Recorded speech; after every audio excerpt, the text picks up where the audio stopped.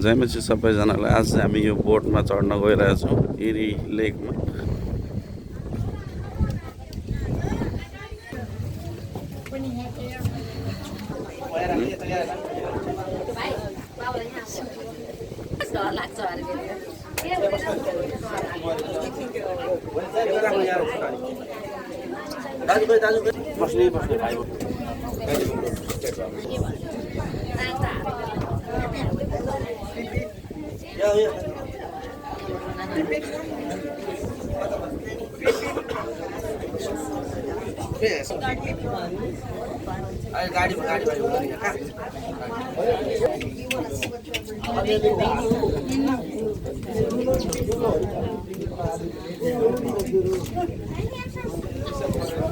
No, we're actually going to Egypt. Going to Egypt.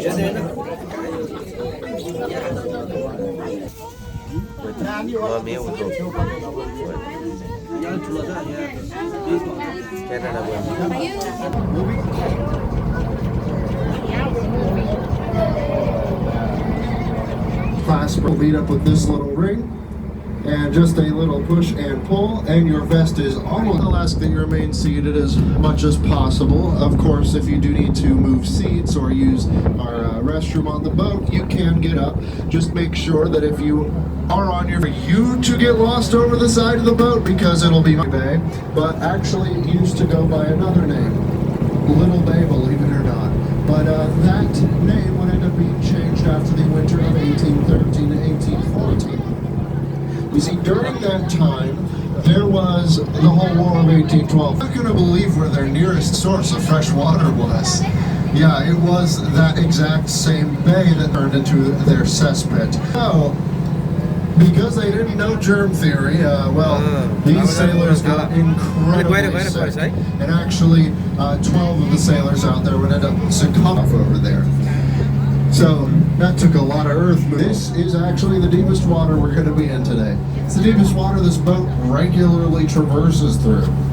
So the water here in the channel, it is about 32 feet deep, and it is dug or dredged out to that standard depth every 3 to 4 years, or of course as needed. And the reason it has to be our harbor, they can drop off their materials, but there's something else really important in Prescott this year. And guess what else will be some years ever undertook? And they still work on it to this day. Their fingerprints are all over Presque Isle, and I'm sure this won't be the last time. The camel. Yeah, right now, by the way, there will be all these camels that they would use in the water. They were also air tight, so you could fill them up with air and they would unsafe. And so you might be able to see how this would be pretty useful in a situation like this. They would partially submerge their camel barges, where then they would run them to either, thus you might also notice that some of the waves are bigger than other ones while we're out here. There's a bit of a pattern to the waves. You get two small ones, or two sets of small waves, and then go from terminal today across the bay over to the entrance of your ship, chucking in a rowboat, sending the rowboat out to the water you want to go to, and then having the guys aboard the rowboat drop the anchor. Then you start cranking the... But anyways, yeah, the waves are pretty not great right now, just because we're kind of taking the broadside as we try to get too much of a bad impression on you.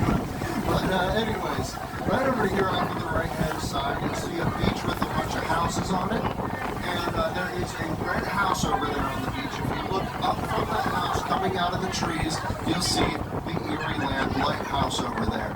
Now, the Erie Land Lighthouse is the first federally funded lighthouse out here on the Great Lakes. However, the tower that's there today is not the first one that they built there. The first one was built all the way back in 1818, and it was a simple 20-foot wooden tower that would do the job until eventually it was retired in 1857. By Lake Erie. And that tower is not the one there right now. Turns out that second tower was whopping 9 years, and it turns out the people that built the tower did something a bit unusual. It was over right off the inside. You see three tall silver steps.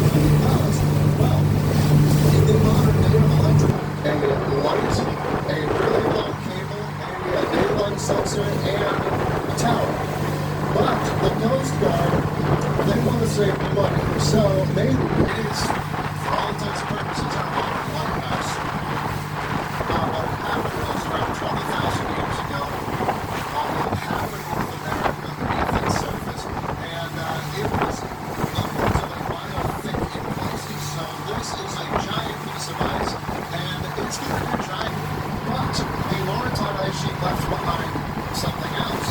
A few smaller pieces, chunks that fell off, remained was, well, just a small pile of Presque Isle.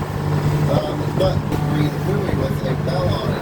And we're going to be going next to a red buoy. You can't really draw lines on the water to make for lane dividers like you do on the road.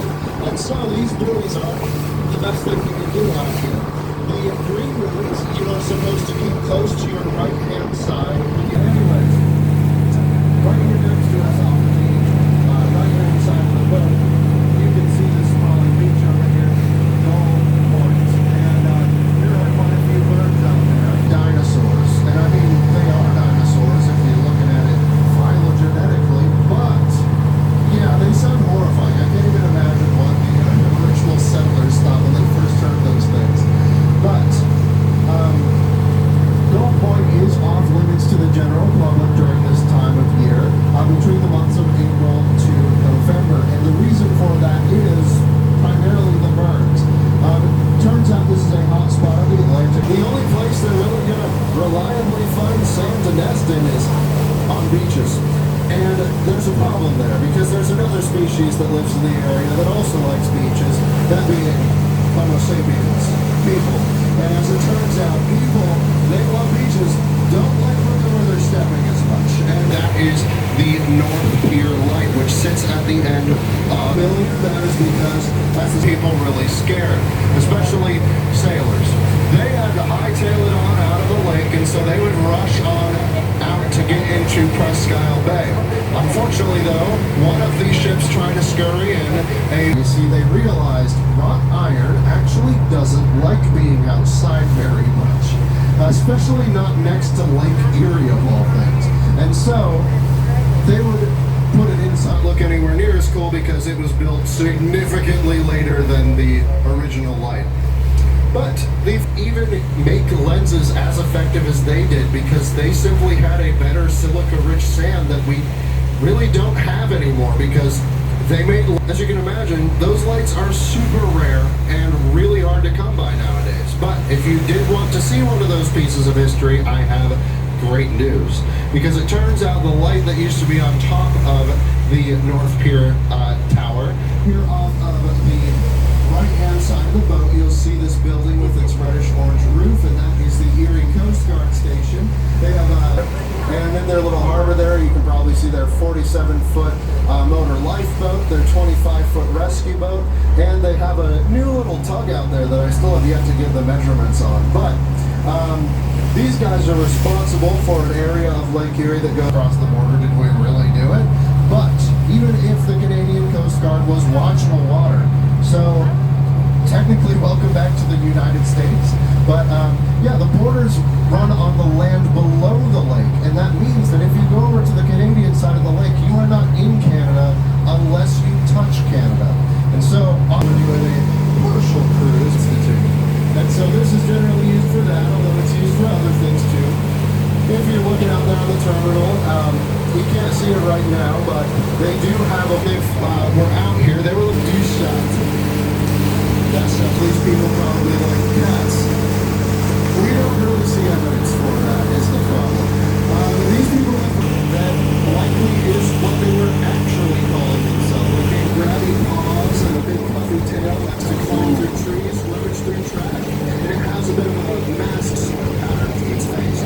So you know what I'm talking about. Now, the thing about raccoons is that they are and that is the covering for part of the dry dock there.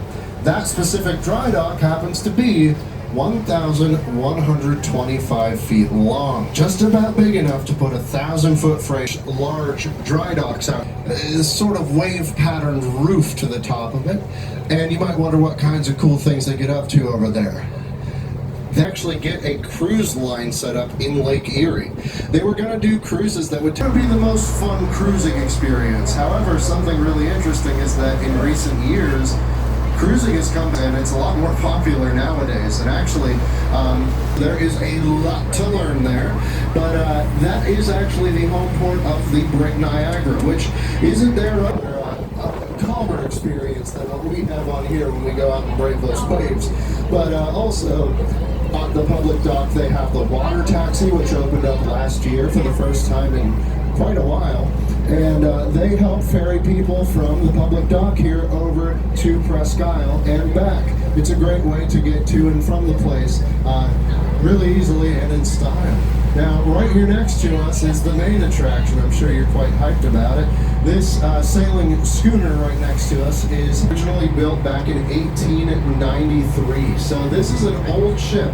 She was originally a fishing boat that would sail off the coast. However, by 1930, a lot of luggage and people between places like Mexico and the U.S. However, she would end up remaining out there. Well, they would then rename the dock something dock. It was a whole running thing. Fortunately, now it's Dobbin's Landing. So there's a centennial tower on top of it, which is incorporated in 1795. Also, we're coming out right next to the Scallywags, a little pirate adventure boat. And these are, in fact, my co-workers. So yeah, we work under the same company. Hello, guys. But yeah, they do fun little pirate adventures. They dock off at the public dock in the Western Basin, and in the daytime they do usually end up winning. And then, if you are not a child and drinking, it turns out living reindeer out there. So I highly recommend every 3 years. So we still got the Tall Ships Festival. We'll see a bunch of those large sailing ships come out here festival. But anyway, you can see this big, beautiful brick building. Try that for alliteration. Now, that building over there, you might wonder what kinds of cool things there. Behind the flagpoles, that is the pump house. Almost is filled with a gigantic pump that pumps in millions of gallons of water into Erie every hour. This facility is, the source of drinking water here in Erie was actually spring, which sat on top of it, burnt down. However, they did not do that originally. Instead, they pumped water out of the... And it wasn't good, because needless to say, as soon as they started pumping out of the bay, people started catching things joy. And they wanted to do that by taking the intake full. Once they had done that, well, they told the residents of Erie the water is now safe.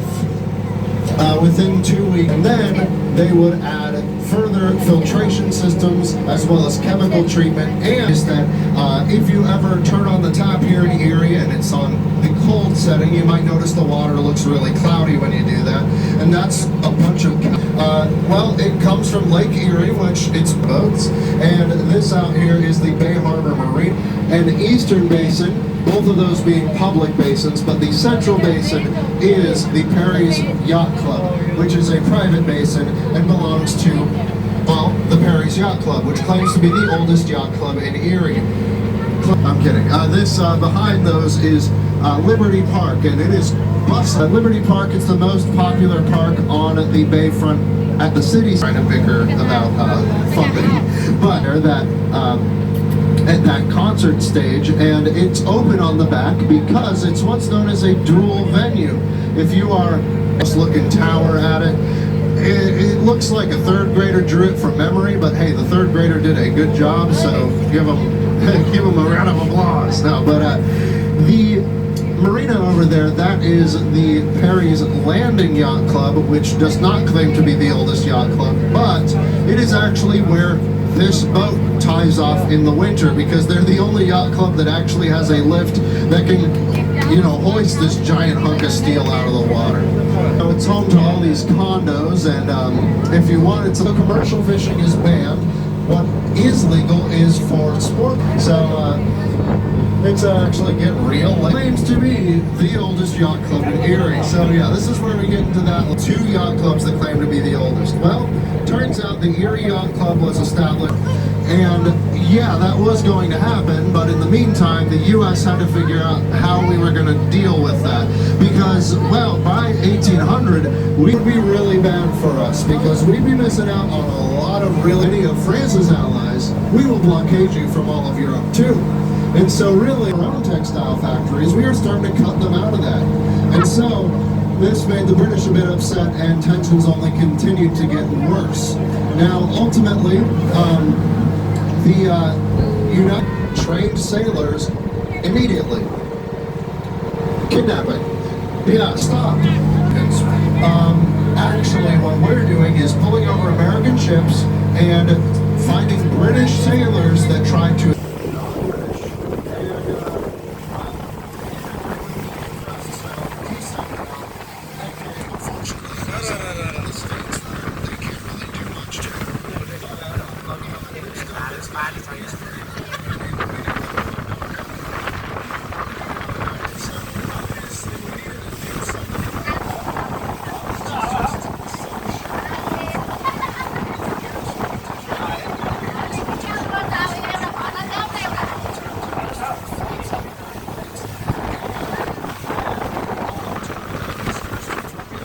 Producing our own textiles.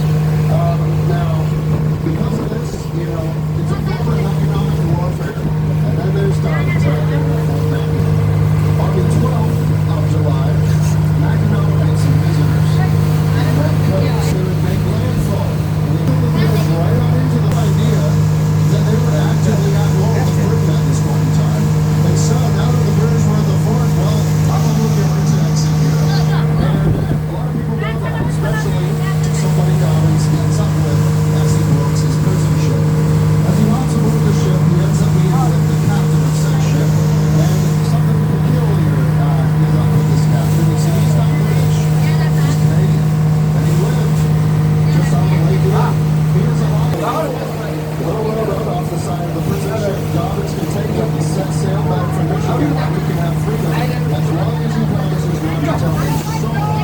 Because we have to make that much because we pretty cool. So, a lot of people are talking about Dobbins, especially